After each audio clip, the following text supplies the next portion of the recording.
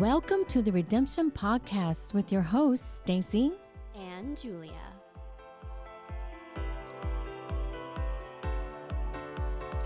Welcome to episode 3 of Redemption. Today's guest is Todd Smoldon, the director of the Mat-Su Valley Office of the Governor, and Kim Kovol, the special assistant to the governor. Thank you guys for being here today. Thanks for having us. Thanks.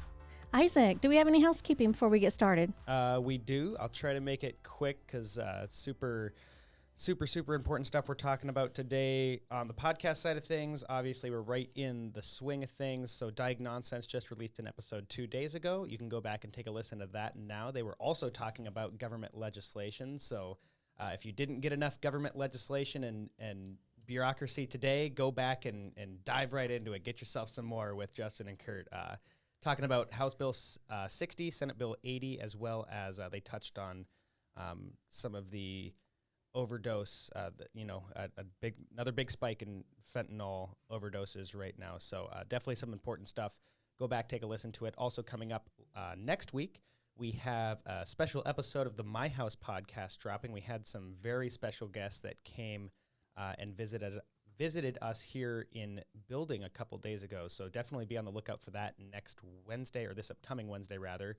And third episode of My Voice, the first 2 episodes of those, everyone's really loving it. Make sure you're on the lookout for that as well. Here in building, we're getting ready for the month of April. Don't forget that on Saturdays, both the boutique and the cafe are now open from 10 to 3 or 10 to 4, I think. And so if you haven't been able to make it down because we're only open on weekdays, now's your chance to get in and check everything out. I think that's all I have. Staci, go ahead, take it away. All right, awesome. Well, today's topic, we'll be speaking about the People's First Initiative and how it has led to legislation and to the Sex Trafficking Task Force. So welcome, Todd. Thanks, Staci. And it's great to have Kim out here in the Valley, and I'm sure she enjoyed the ride. Yes. It was delightful. I think I just wanted to give a little background on kind of how the People First Initiative came about, and Kim will speak to the initiative, and then we can look at some of the legislation that's related to sex trafficking that has come through that process, and then also the task force. But it's important for people to understand that public safety was the governor's top priority when he came into office. It was when he was a senator as well. And there were things that happened in the first year of his term with the repeal of SB 91, and we can thank the legislature and members of the Valley delegation also who really pushed for that repeal.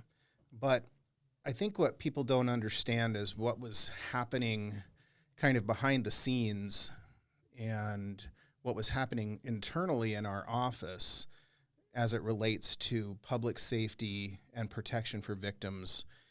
The governor lived out in rural Alaska for many years, and so he's very much aware of this, problem that we have all over the state when it comes to domestic violence, sexual assault, sex trafficking, missing and murdered Indigenous people.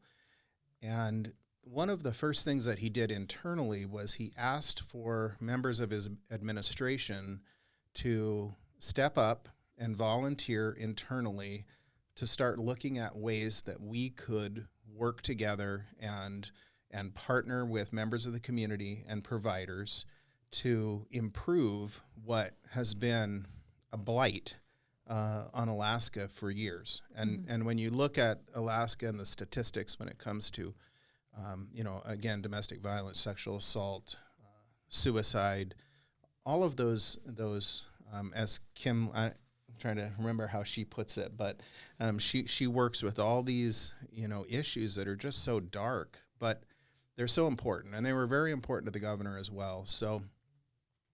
So I have some personal experience with homelessness, and in general, I really see government, one of government's functions, as to protect people and to protect the innocent, protect private property, our personal rights and liberties.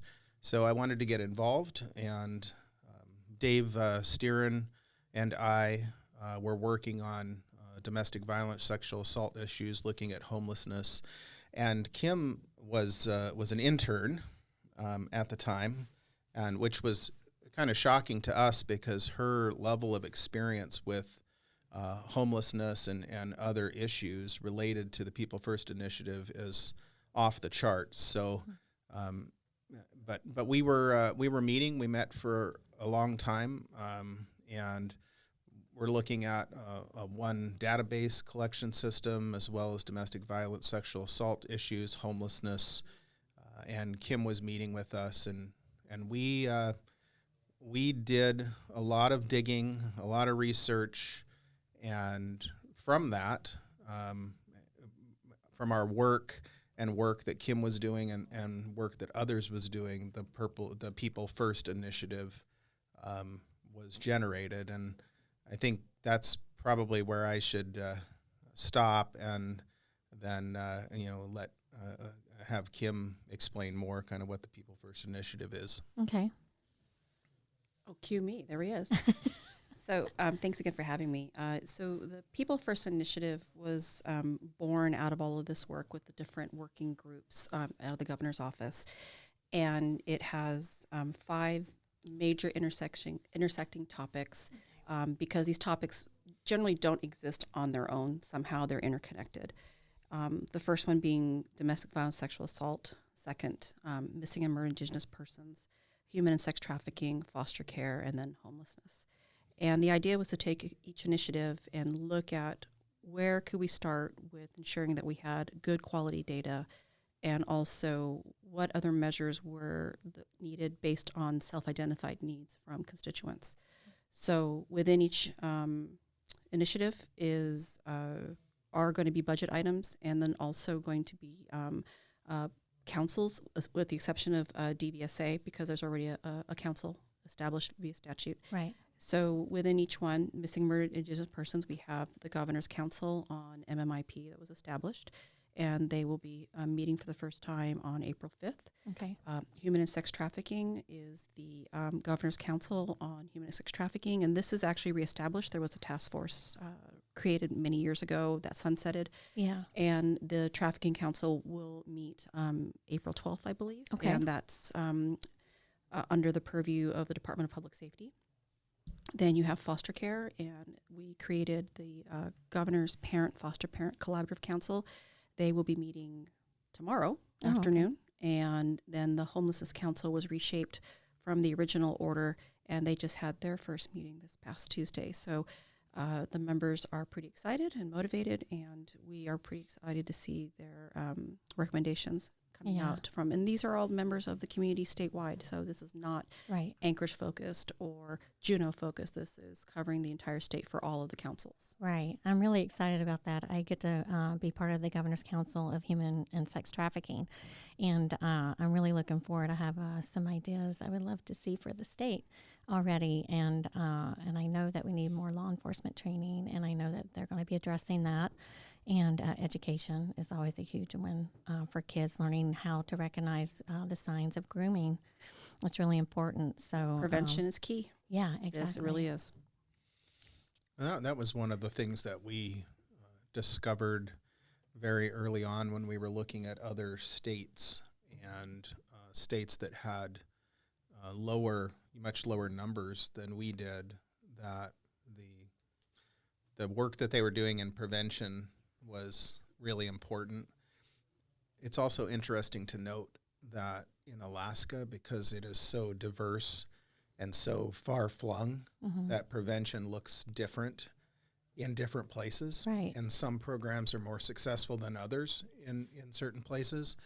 So what the governor really wanted to do was set up a system and a task force that on all these task forces that reflected that diversity in Alaska, so that people could bring a lot of different ideas to the table, because really that's what it's going to take in order to get a handle on these issues. Right. Well, I have a question for you guys, because I feel like a big push recently with the new legislation that is has just been proposed by the governor. And Staci, you were at that meeting as a speaker when it was proposed. I feel like there has been some pushback by various members of the media and by various community members. I'm wondering if one or both of you can touch on. I think the biggest thing I've heard asked by people is, why is this legislation so important? Like, we haven't had sex trafficking convictions. We've only had 3 in the last 5 years. It's not an issue up here. Like, we're spending all this money. What would you say to people that have that opinion, that are asking those questions about why this legislation and why this big push by the governor's staff and the governor himself?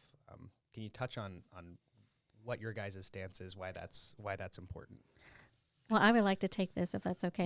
You don't have to put your hand up, Staci. No one can see. No one can see. It's an audio podcast. Well, okay, speaking as a survivor, I was really excited about the updates to the criminal statutes, right? Because there's one in here that's really important where it will help expunge the records of convicted prostitutes if they were under the influence of a trafficker. They gain these criminal records while they're under the influence of their trafficker. They cannot get out of that, right? So being able to expunge their records will help them to move on in their lives, and go get homes and jobs and heal from this experience. So I applaud the governor for that one. And also increasing the penalties for the Johns. It increases it to a Class A misdemeanor with a mandatory minimum jail term of 72 hours on the first conviction and 20 days on the second conviction. And on the third conviction, within 5 years, it increases to a Class C felony. So I really think that will help curb some of the buying of sex in Alaska, which is illegal, by the way, to buy sex in Alaska. And I think that this will also help the victims. So I really believe that this is super important to the people of Alaska, to our vulnerable population. And if I can say, I think the governor said it best when he was speaking about the People's First Initiative. He says, many of these issues have been with us for so long that they've almost been normalized in Alaska as unsolvable. We owe Alaskans, especially our most vulnerable, a pledge to do everything in our power to break this vicious cycle of violence, abuse, and despair. This amendment will fortify that effort by adding resources to the People First Initiative. And that's what it's all about, is helping the people. Yes, everything you said. But I would add this, Staci, that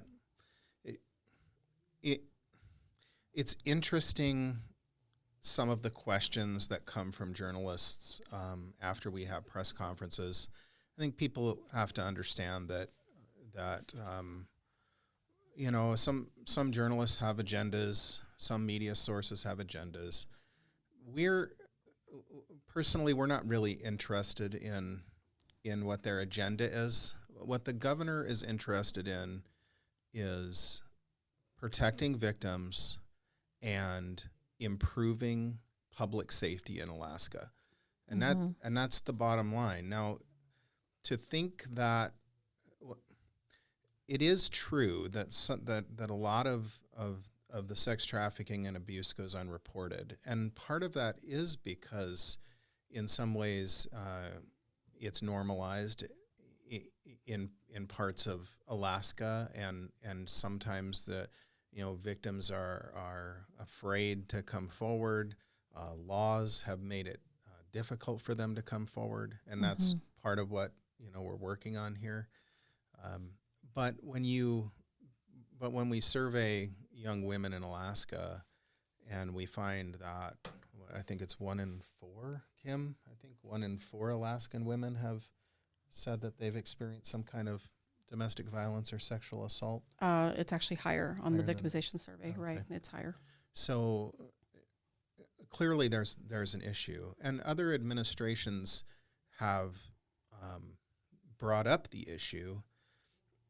I would credit the governor with having the courage to really tackle this issue through the People First Initiative. And and it's not just something that I think this is the other important point. It's not just something that he dreamed up last month.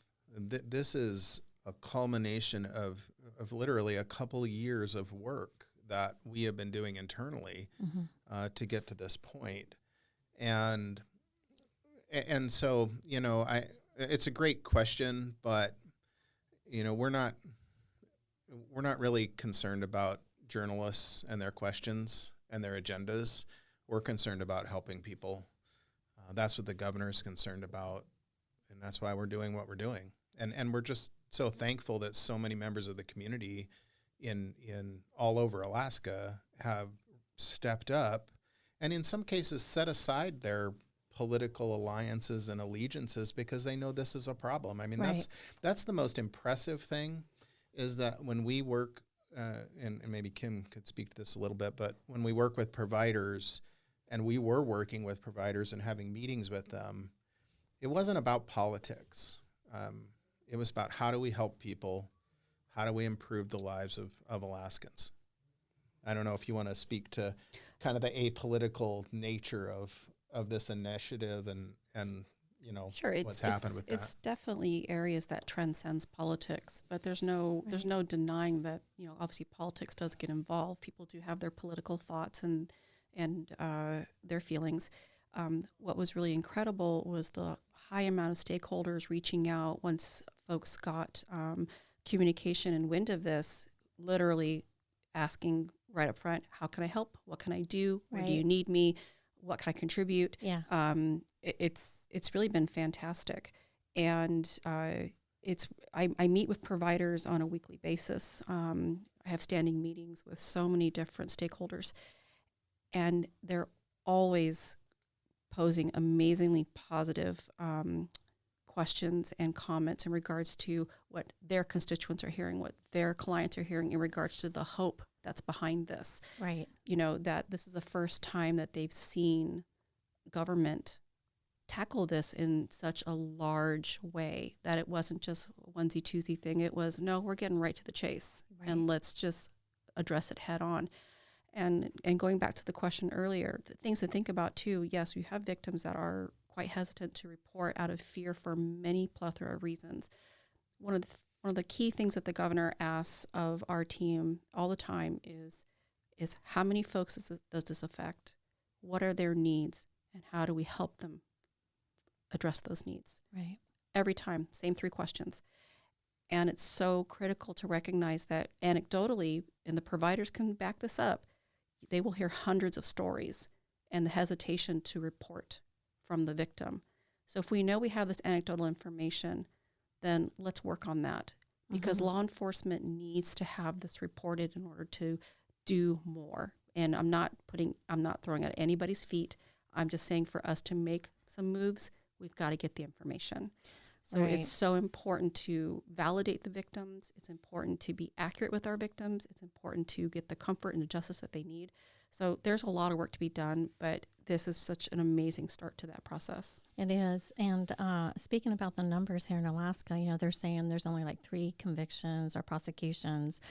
Well, I think that the numbers are so much more higher. Here, being a service provider at my house, I had in 1 month 5 clients come through and take my survey about sex trafficking and said that they had been in the past sex trafficked. And that was within like just a few day window. And I was blown away by that number alone. And so there's a lot of numbers out there, but they're, like you said, well, for one, they are afraid of law enforcement, but also victims do not self-identify as victims. Right, I was going to say, there's a lot of folks who do not understand that they've been human trafficked on the labor side or sex trafficked, that they do not recognize that definition or feel it applies to them. Exactly. And so I think that's where we need awareness campaigns out there to help victims recognize that they are being trafficked. And I have posters I have created and put up here in the Valley that have descriptions of what that looks like. And, if that's you, you can text HELP to 233-733 or call my house, or you can call the 1-800 numbers. But they have to recognize that they are indeed a victim. And I think that would be a great campaign for statewide, is awareness in bus stops and airports. It's And a good thing you're on the council, right? Yeah. There you go. I already see Yeah. the agenda getting shaped up. This goes back to that there's different definitions for state and federal as well to keep in mind. And Okay. what applies legally in prosecutorial through the state doesn't necessarily match up with federal. So I understand when folks go, well, there's only been 3 prosecuted cases. Like, okay, but this is reported to the feds, and there's different standards and different definitions, Right. much like homelessness. Most people say, well, someone's homeless, this is the definition of it. Well, depends on who you ask. Right. Right. And in Alaska, we also have overcrowding. We have houselessness. Yes. We have the ratio of 1 person to 1.5 rooms. I mean, there's all these definitions. And so everybody has a different definition, and that has to be respected and validated. But that's also part of the challenge, is to marry that all up so that we can collect good quality data to make good policy to help the victims, et cetera. Exactly. And I would just go back to something that you said, which made me, in terms of this reporting and the data piece, and that I remember in some of the first meetings that we had about homelessness, not necessarily sex trafficking, but homelessness, and we put together this paper for the governor, and we were briefing him on it and all this, and he said, well, how many homeless are in Alaska? We had gone through all this information. And he said, well, how many homeless are actually in Alaska? And we're like, we don't know. He's like, and are they getting the services that they need? We don't know.